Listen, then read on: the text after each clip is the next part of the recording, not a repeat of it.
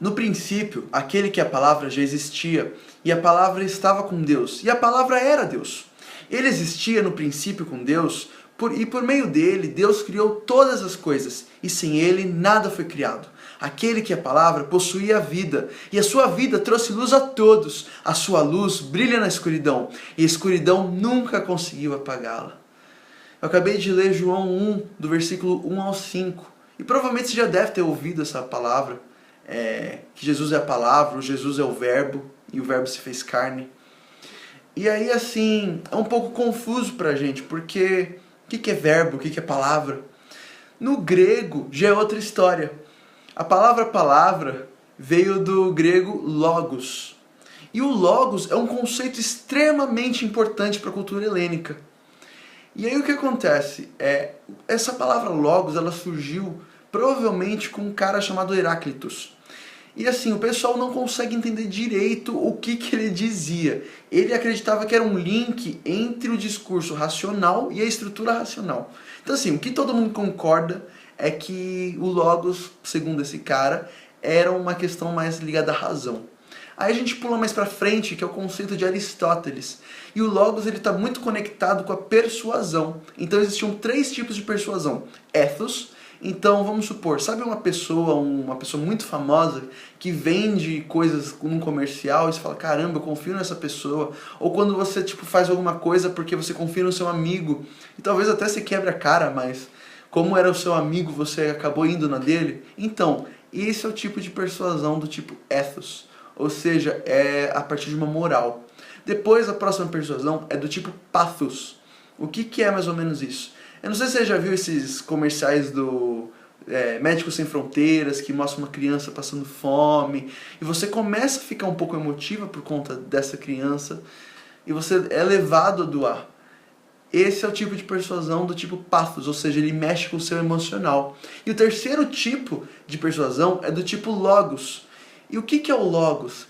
É por meio da racionalidade, é por meio da lógica. Então provavelmente você já deve ter participado de algum debate, deve ter escutado um debate. Então, o logos, ele é exatamente a persuasão por meio da lógica, por meio da racionalidade, todas essas coisas assim mais mentais.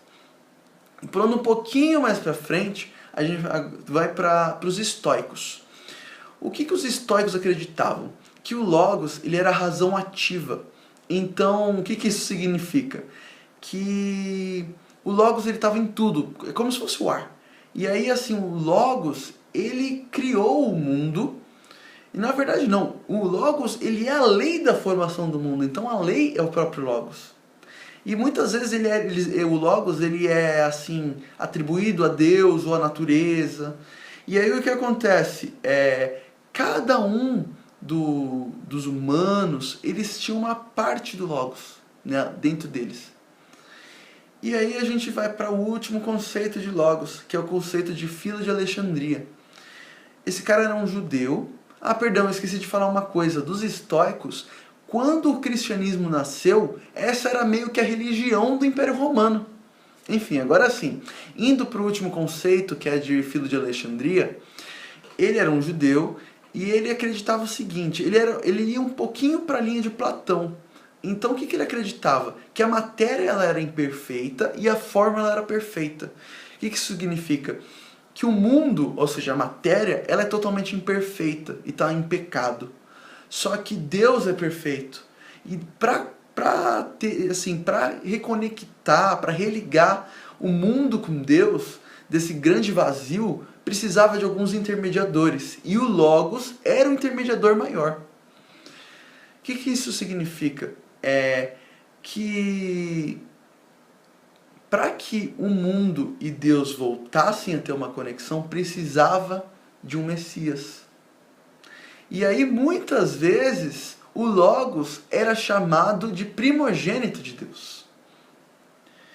E aí, nesse meio de religar, e no meio de todos esses conceitos que já, com certeza, João conhecia, João foi lá e falou que esse cara que vocês estão esperando, essa matéria que vocês acham que criou o mundo, É isso que essa pessoa que vai religar, que está entre o mundo e Deus, essa pessoa é Jesus Cristo de Nazaré. E ele colocou isso nesse texto para tentar mostrar para as pessoas que não acreditavam em Cristo, que só através de Jesus Cristo, todas essas coisas que eles buscavam ansiosamente eram completas. Eu não conheço você, eu não sei quem você é, o que você vive, mas eu posso te afirmar uma coisa, que só por meio de Jesus Cristo a gente se sente completo. Eu já vi em algum lugar que Jesus Cristo é do tamanho do vazio que tem dentro do seu coração. Então eu queria orar por você nesse instante, se você tem se sentido sozinho, se você tem se sentido realmente que precisa de algo para se reconectar com Deus, ou se você tem buscado coisas que você não consegue achar e que você não consegue entender porque você não acha. Porque essas coisas, elas só são completas com Jesus Cristo.